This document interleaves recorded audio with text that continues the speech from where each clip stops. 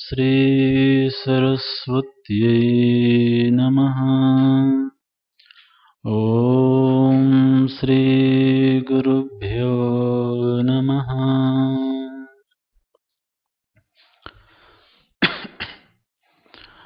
अथातो भक्तिं व्याख्यास्यामः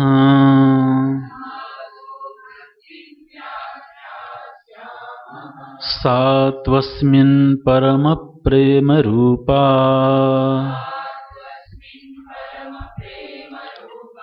अमृतस्वरूपा च यल्लब्ध्वा पुमान् सिद्धो भवति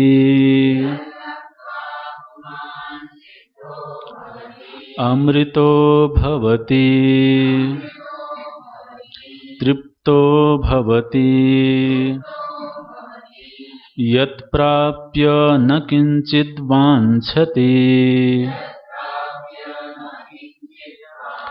न शोचति न द्वेष्टि न रमते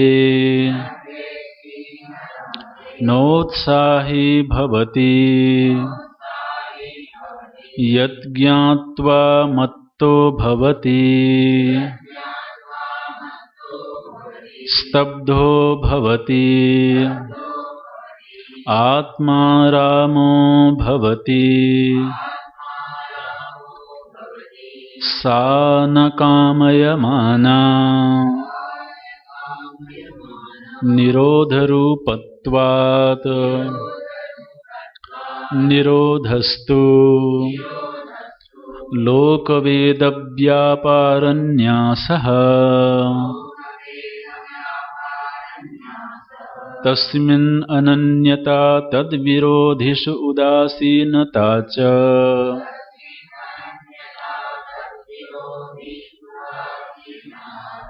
अन्याश्रयाणां त्यागः अनन्यता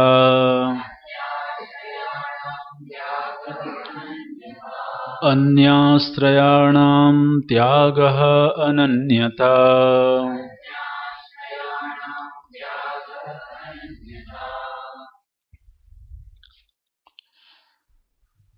भगवत प्रेम में कोई साधक इस स्तर तक डूब गया कि उसको अब उस प्रेम के सिवा और कोई विचार सूझता ही नहीं है। प्रेम की पराकाष्ठा पर पहुंचा वो। प्रेम की इस पराकाष्ठा तक पहुंचने में दोनों का बराबर सहयोग है। जैसे जैसे हम उनके नज़दीक जाते हैं, जैसे जैसे उनके विचारों को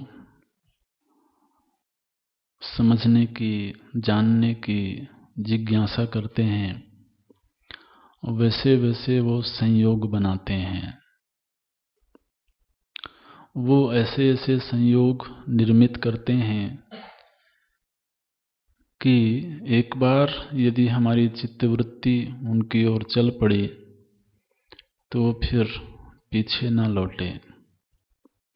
ऐसे संतों का समागम करवाएंगे, ऐसे सद्गुरु से मिलाएंगे।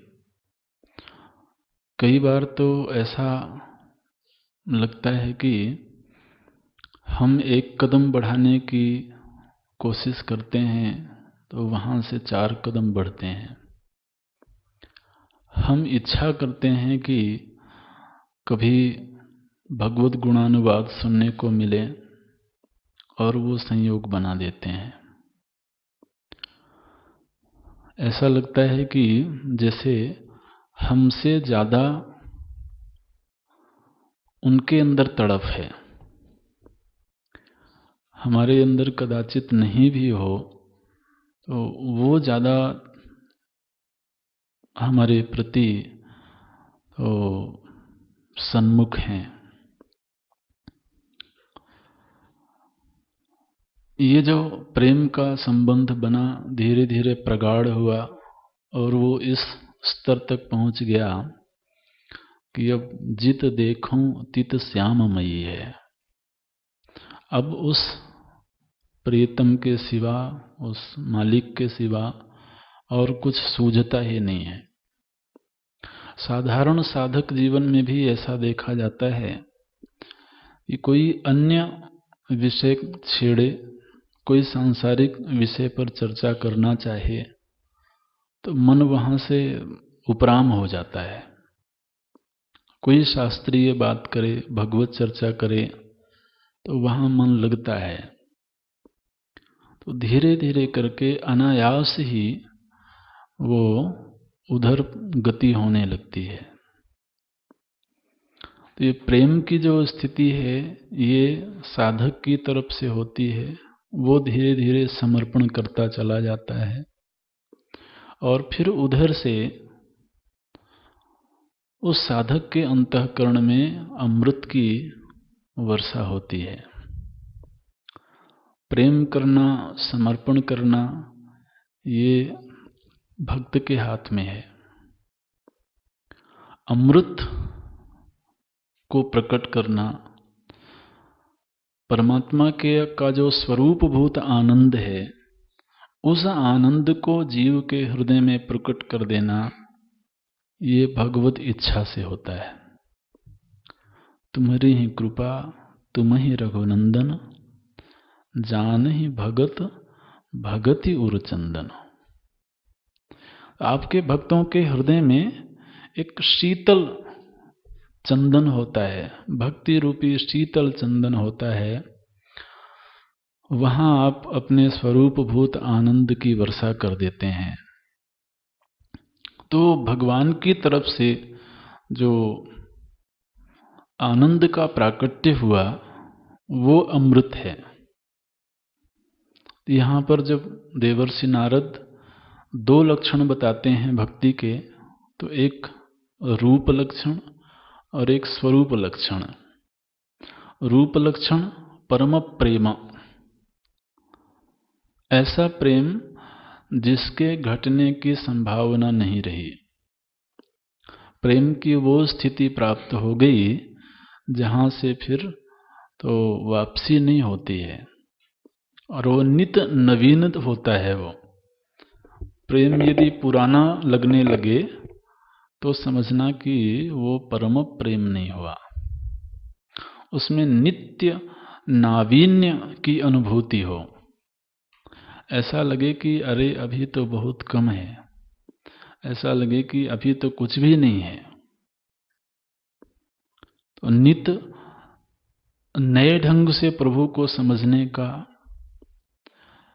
अधिक से अधिक नामस्मरण का भाव हृदय में जागे। यदि गुरुदेव ने आज्ञा दी है कि एक माला जप करो, तो ऐसा भाव बन जाए कि एक माला बहुत कम लगे। ऐसा भाव हो कि अरे ये तो इतनी जल्दी पूरा हो गया। तो और अधिक से अधिक नामस्मरण की इच्छा हो, और वो नामस्मरण इस स्थिति तक पहुंचे कि फिर नाम लिए बिना रहा न जाए। ठीक। तो देखिए, नाम जप की जब महिमा बताई जाती है या गुरु आज्ञा होती है कि नाम जप करो, और उस नाम जप में हमें कठिनता महसूस होती है, तो ये इस बात का संकेत है कि हम जिसका नाम जप रहे हैं उसके साथ कोई संबंध नहीं निर्मित हुआ है, उसके साथ कोई प्रेम का तो साहचर्य भाव नहीं पैदा हुआ है। तो इसलिए फिर संख्या पर नजर होती है कि जितनी संख्या कही गई है वो अभी पूरी हुई कि नहीं हुई। अरे जिसके प्रति समर्पण हो गया, जिसका प्रेम मिलने लगा, फिर अब उसमें नाम गणना की जरूरत कहाँ रही है? वो तो फिर स्थिति ऐसी हो गई कि नाम लिए बिना भी नाम की धारा बहती है। आप लौकिक जगत में देखिए, व्यावहारिक जगत में भी देखिए, तो जिसके साथ कोई प्रेम का संबंध है, प्रेम का रिश्ता है, तो क्या उसके नाम की माला जपते हैं? वो तो स्मृति सहज हो गई। तो ऐसी सहज स्मृति हो जाए, वो परम प्रेम। फिर वो निर्नैमित्तिक प्रेम है। उस प्रेम का कोई निमित्त नहीं है। कोई अगर ये पूछे कि तुम क्यों प्रेम करते हो सकता है कि वो न बता पाए कि इस प्रेम का कोई निमित्त है, कोई प्रयोजन है, इसलिए मैं प्रेम करता हूं। शायद वो न बता पाए, बल्कि वो उल्टा ये पूछ सकता है कि प्रेम ना करूं तो क्या करूं। तो ये फिर मांग आदि उसके सामने तुच्छ हो गई। ये उस स्तर के प्रेम की नारद जी बात करते हैं। फिर तो सोना, जागना, उठना, बैठना, हर समय ही उसकी स्मृति बनी हुई है।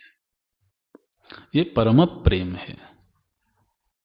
तुम्हें निवेदित भोजन करें, भोजन करते हैं तो उनकी याद आती है। नवीन वस्त्र धारण करते हैं तो उनकी याद आती है।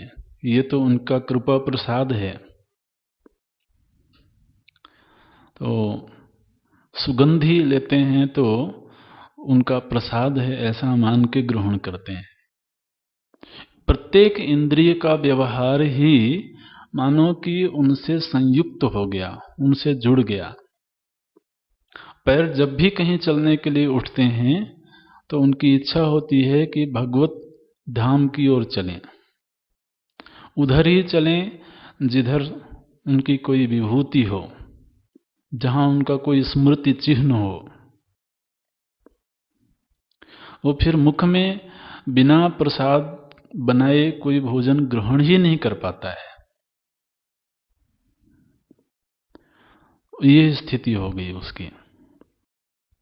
ऐसा जो परम प्रेम है उसके हृदय में, तो फिर भगवान अपना जो स्वरूप है, जो आनंद है, वो उसके हृदय में प्रकट करते हैं। इसलिए अमृत स्वरूपाचा, ये भगवत प्रदत्त अमृत है, उनके द्वारा प्रदान किया हुआ आनंद है। उसी आनंद में प्रभु स्वयं रमण करते हैं, उसमें विहार करते हैं। तो उसका हृदय ऐसा बन गया कि अब वो प्रभु की विहार स्थली बन गई। ठीक है ना? प्रभु जी से पूछें कि आप कौन से उपवन में जाते हैं, उनसे अगर कोई ये पूछे कि आप भी विहार करने तो जाते होंगे, तो कौन से उपवन में जाते हैं, तो वो कहेंगे कि भक्त के हृदय रूपी उपवन में मैं विहार करता हूं। वहां सब कुछ चिन्मयी है, सब कुछ आनंदमयी है। ऐसा जिसका हृदय हो गया ना, वो हृदय फिर मीठा हो जाता है, रसीला हो जाता है, क्योंकि वहां आनंद के सिवा कुछ है ही नहीं है। तो वही जब इंद्रियों के माध्यम से प्रकट होगा, तो क्या प्रकट होगा? आनंद ही प्रकट होगा। तो जब हम महापुरुषों की सन्निधि में होते हैं, उनके पास बैठते हैं, तो ऐसा लगता है कि उनके अंग अंग से वो आनंद निर्झरित होता है, क्योंकि जहां से वो धारा बह रही है वहां सिर्फ आनंद है। तो इसलिए आनंद ही प्रकट होगा। नारद जी कहते हैं, इस आनंद को प्राप्त करके, इस भक्ति रस को प्राप्त करके, यल लब्ध्वा पुमान् सिद्धो भवति। यहां लब्ध्वा शब्द के पीछे संकेत है कि ये किसी की कृपा से प्राप्त हुआ है ना? गुरु कृपा से या भगवत कृपा से ये भक्ति रस प्राप्त हुआ है। इसलिए इसको पा लेने के बाद वो भक्त सिद्ध हो गया। उसमें फिर तो कलमश नहीं रह गए, सिद्ध हो गया। अभिमान आदि जो दुर्गुण हैं उनकी निवृत्ति हो गई। अमृतो भवति, अमृतो भवति का एक अर्थ करेंगे कि वो जीवन मुक्त हो गया। ठीक है, तो ये तात्विक अर्थ है कि उस आनंद को प्राप्त करके फिर वो संसरण में नहीं रहा। और व्यावहारिक अर्थ क्या है कि उसका समूचा विग्रह ही आनंद रूप हो गया, उसमें मिठास प्रकट हो गई। अमृतो भवति, अमृत मीठा होता है ना। अमृत में दो लक्षण होते हैं मुख्य रूप से, एक तो वो मीठा होता है और दूसरा अमरण धर्मा होता है। तो ये दोनों ही लक्षण उसमें प्रकट होते हैं। अच्छा, तृप्तो भवति, तृप्त हो गया वो। तृप्त होने का लक्षण क्या होता है? जब तृप्ति की अनुभूति होती है, जितने देर के लिए तृप्ति की अनुभूति होती है उतने समय के लिए फिर इच्छाओं की जागृति नहीं होती है ना। अलम प्रत्यय प्रकट हो जाना, तो वो उस आनंद को पाकर के फिर इच्छा रहित हो गया, ऐसा कहते हैं। यहां पर नारद जी भक्ति का लक्षण फल के माध्यम से कर रहे हैं कि फल किस तरह के प्रकट हुए, उनके माध्यम से भक्ति की पहचान करवाते हैं। फिर बोले कि यत् प्राप्य न किंचित वांछति, जिस भक्ति को प्राप्त करके, अब यहां पर हमने कल बताया था यत् का अर्थ कर सकते हैं याम प्राप्य, प्राप्य, या फिर अगर यत् ही करना है तो यत् परम प्रेमम प्राप्य। ठीक, जिस परम प्रेम को प्राप्त करके। अच्छा, जब भक्ति हृदय में आती है तो इसका तात्पर्य क्या होता है कि भगवान हृदय में आ गए, है ना। भक्ति और भगवान ये अलग अलग नहीं है। भक्ति हृदय में आई, इसका तात्पर्य है भगवत विग्रह स्वयं परमात्मा हृदय में विराजमान हो गए। भक्ति, भक्त, भगवंत, गुरु, चतुर नाम वपु एक।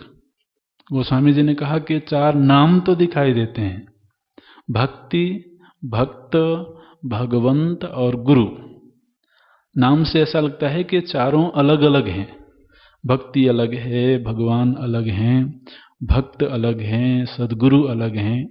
ये शरीर से हो सकता है अलग अलग दिखते हों, लेकिन नहीं, नाम से अलग दिखते होंगे, विग्रह एक ही है। चतुर नाम वपु एक, विग्रह एक ही है। तो भक्ति का हृदय में आ जाना मतलब भगवान का हृदय में आ जाना। अब एक बार यदि भगवान हृदय में आ गए तो अब और किसकी इच्छा करे? नारद जी कहते हैं कि एक बार उनके आ जाने के बाद न किंचित वांछति। देखिए, इच्छा की प्रकृति क्या होती है, कभी इच्छा का विश्लेषण करें तो जब हृदय में इच्छा पैदा होती है तो वो फिर मैं को अपने घर में नहीं रहने देती है। ठीक, आप विचार करो, जो मैं नाम की चीज है उसको उस वस्तु के समीप पहुंचा देती है जिसकी इच्छा होती है। तो अब हम अपने घर में नहीं रह गए और हमारे घर में प्रभु जी विराजमान हैं, और हम कुछ और लेने गए हुए हैं। मानो कि हमारे घर में कोई बहुत बड़े मेहमान आए हों, हमने आमंत्रित किया हो, उनकी प्रतीक्षा करी हो और कृपा करके वह हमारे घर में आ गए। हम कहें कि अब आप थोड़ी देर बैठो, तब तक मैं अपना काम करके आता हूं, तो उनको कैसा लगेगा? अच्छा तो नहीं लगेगा ना कि बताओ, इतनी मिन्नत किया था इसने, इतना आमंत्रण दिया था, और अब मैं आया तो अब मेरे आने का तो इसके मन में कोई महत्व नहीं है, और अब वो किसी और चीज को महत्वपूर्ण मान लिया। तो यदि हृदय में भगवान आ गए हों, हृदय रूपी भगवान आंगन में भगवान का आगमन हो गया हो, और फिर भी उसकी चित्तवृत्ति कुछ और लेने गई हुई हो, तो ये बात तो बनती नहीं है। इसलिए न किंचित वांछति, वो आ गए मतलब सब कुछ आ गया। अच्छा, न शोचति, अब उनके आने के बाद में वो शोक नहीं करता है कि देखो मेरे यहाँ इतनी बड़ी घटना घट गई थी। कई बार आदमी तो पुरानी स्मृतियों को याद करके, तो गुरुजन भी हम भी देखते हैं कभी समाज में, तो जब हमारे गुरुजन किसी के घर में गए भिक्षा आदि के लिए, तो अब वो सज्जन अपना पूर्व का दुख प्रकट करने लगे। स्वामी जी ऐसी ऐसी घटना घट गई थी हमारे, और कई बार रोने भी लगते हैं। अरे भाई, इतने बड़े महापुरुष आए हैं, उनकी सन्निधि का, उनके समीपता का आनंद लो। तो अब वो चित्तवृत्ति कहाँ चली गई? भूत में।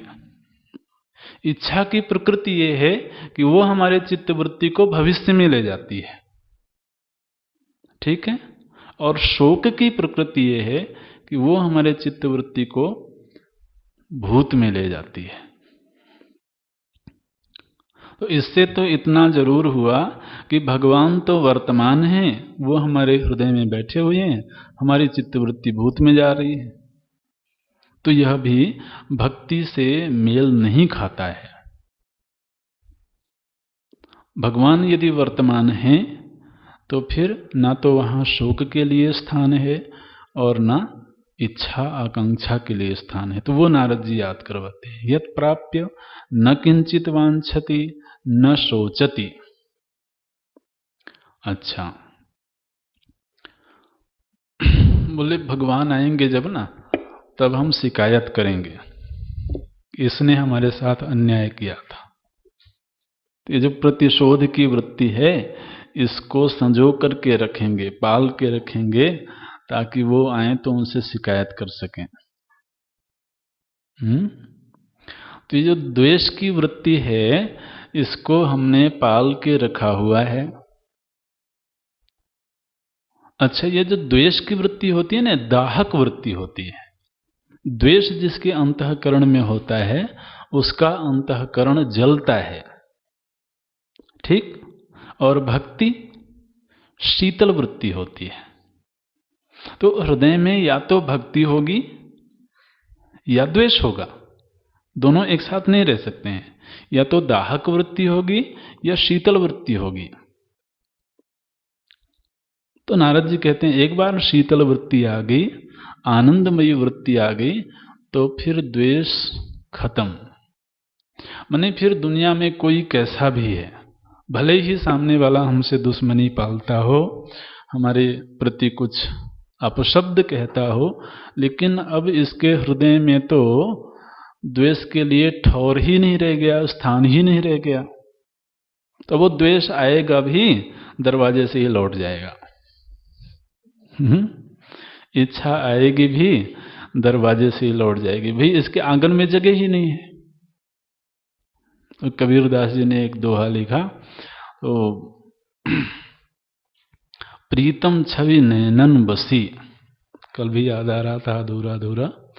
प्रीतम छवि नैनन बसी औरन छवि न समाये, भरी सराय कबीर लखी आप पथिक फिर जाए।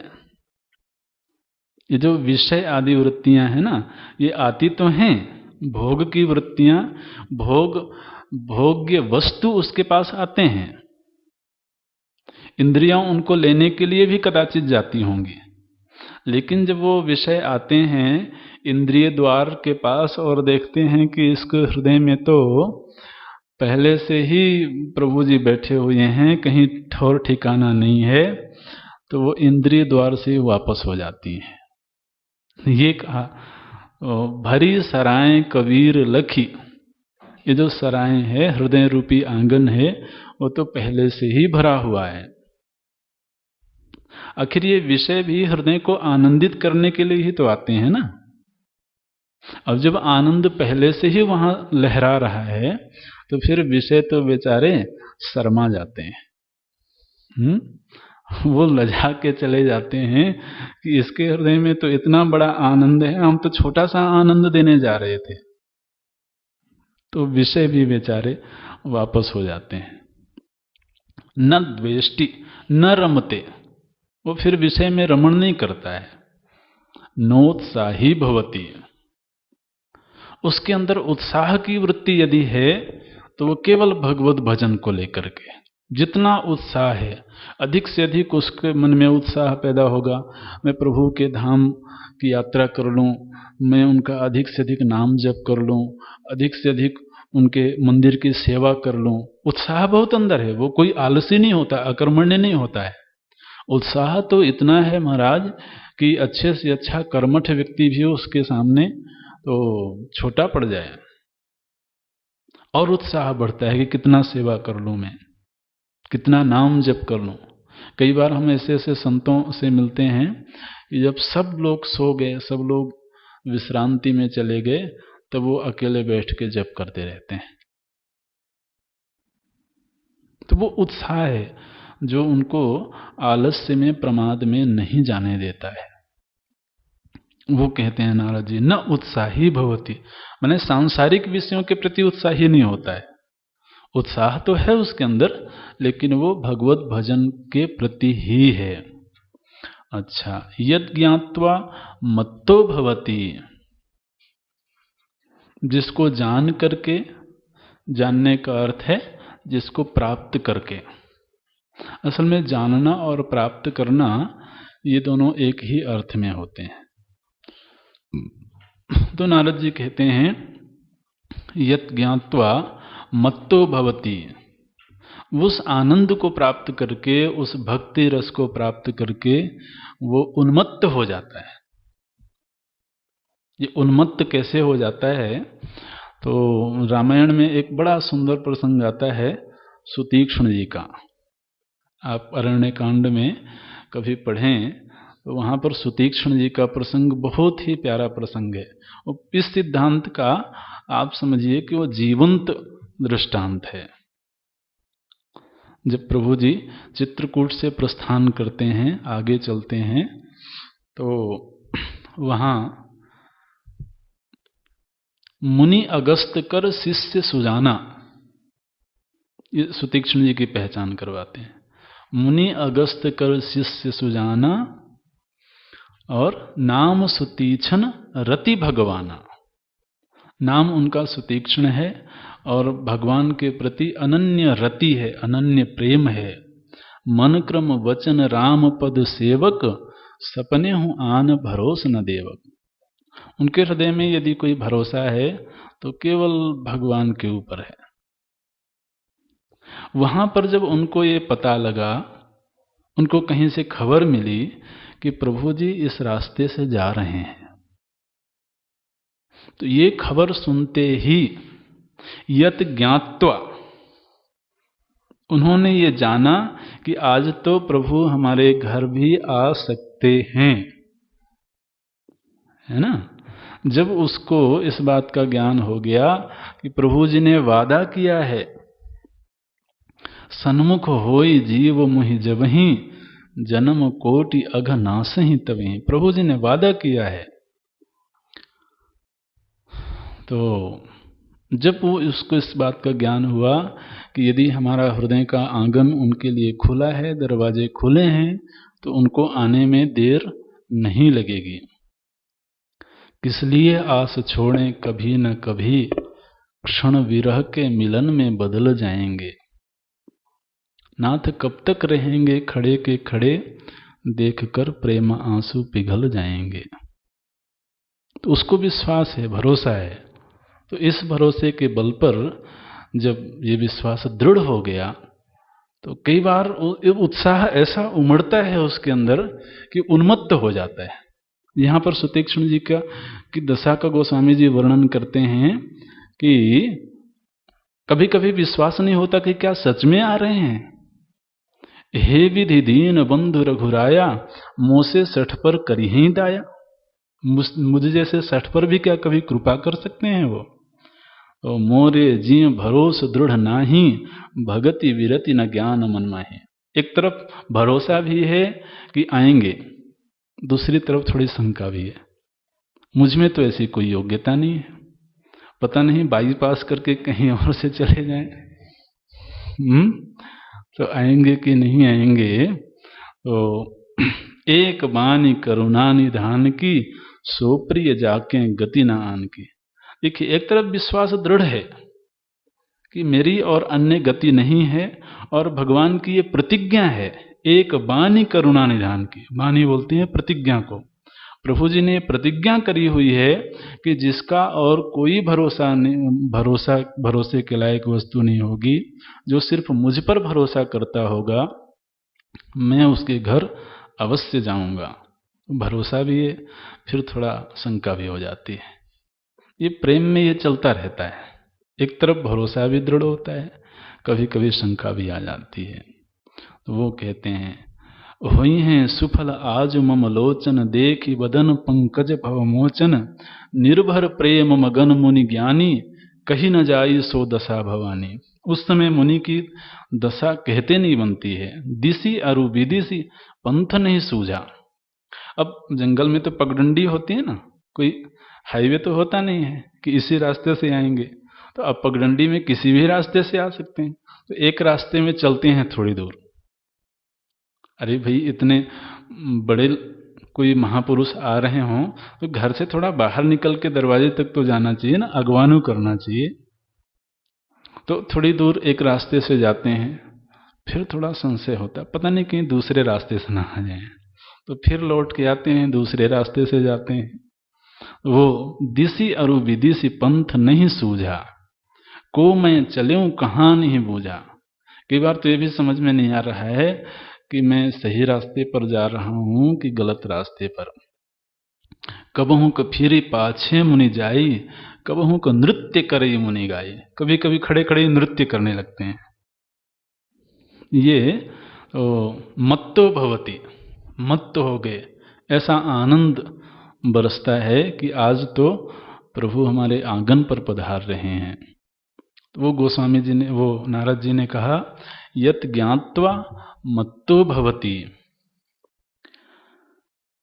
फिर यह उन्मत्तता कभी कभी इस पराकाष्ठा तक पहुंचती है कि स्तब्धो भवती, स्तब्ध हो गए।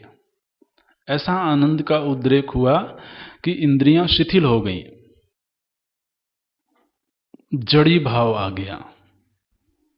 यहां पर सुतीक्ष्ण जी के संदर्भ में गोस्वामी जी ने लिखा कि मुनि मघ माझ अचल हुई बैसा।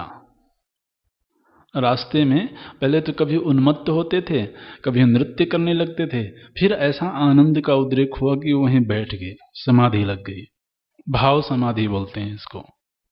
मुनि मघ माझ अचल हुई बैसा, और पुलक शरीर पनस फल जैसा।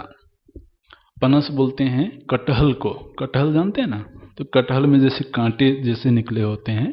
तो ऐसा आनंद हुआ कि पूरा शरीर रोमांचित हो गया, पूरे रोए खड़े हो गए उनके। ये स्तब्धि भाव है। तो यद ज्ञात्वा मत्तो भवति स्तब्धो भवति आत्मा रामो भवति।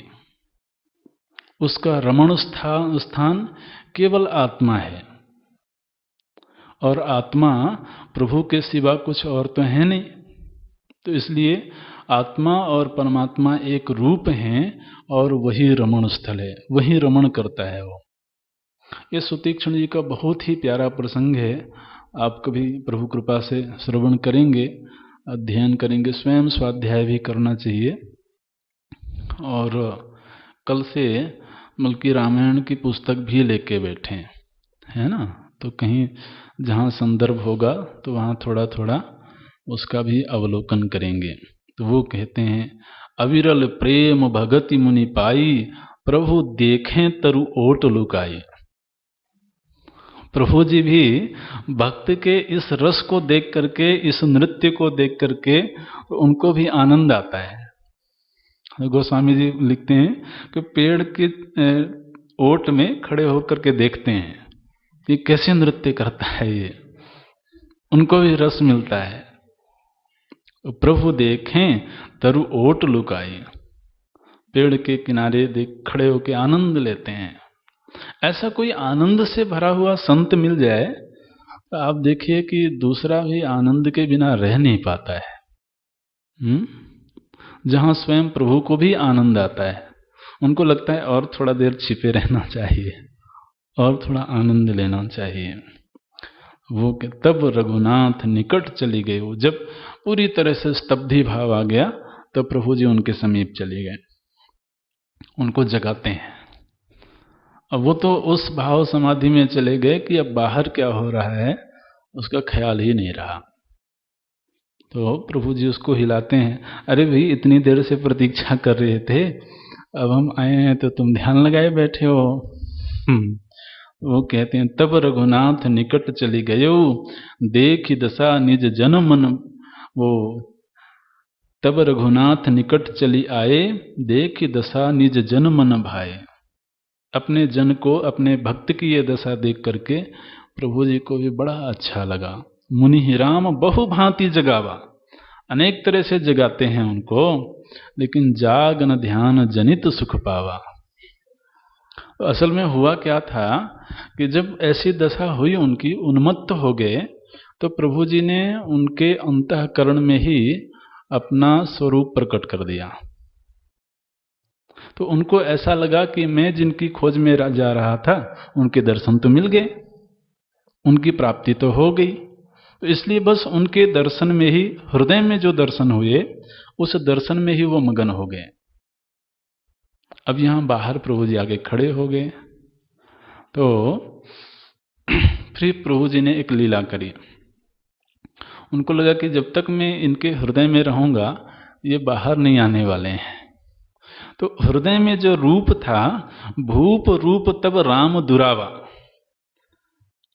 ये सुतीक्ष्ण जी भगवान के राजा रूप की उपासना करते थे। तो पहले भगवान का जो राजा वाला रूप था वो हृदय में प्रकट था।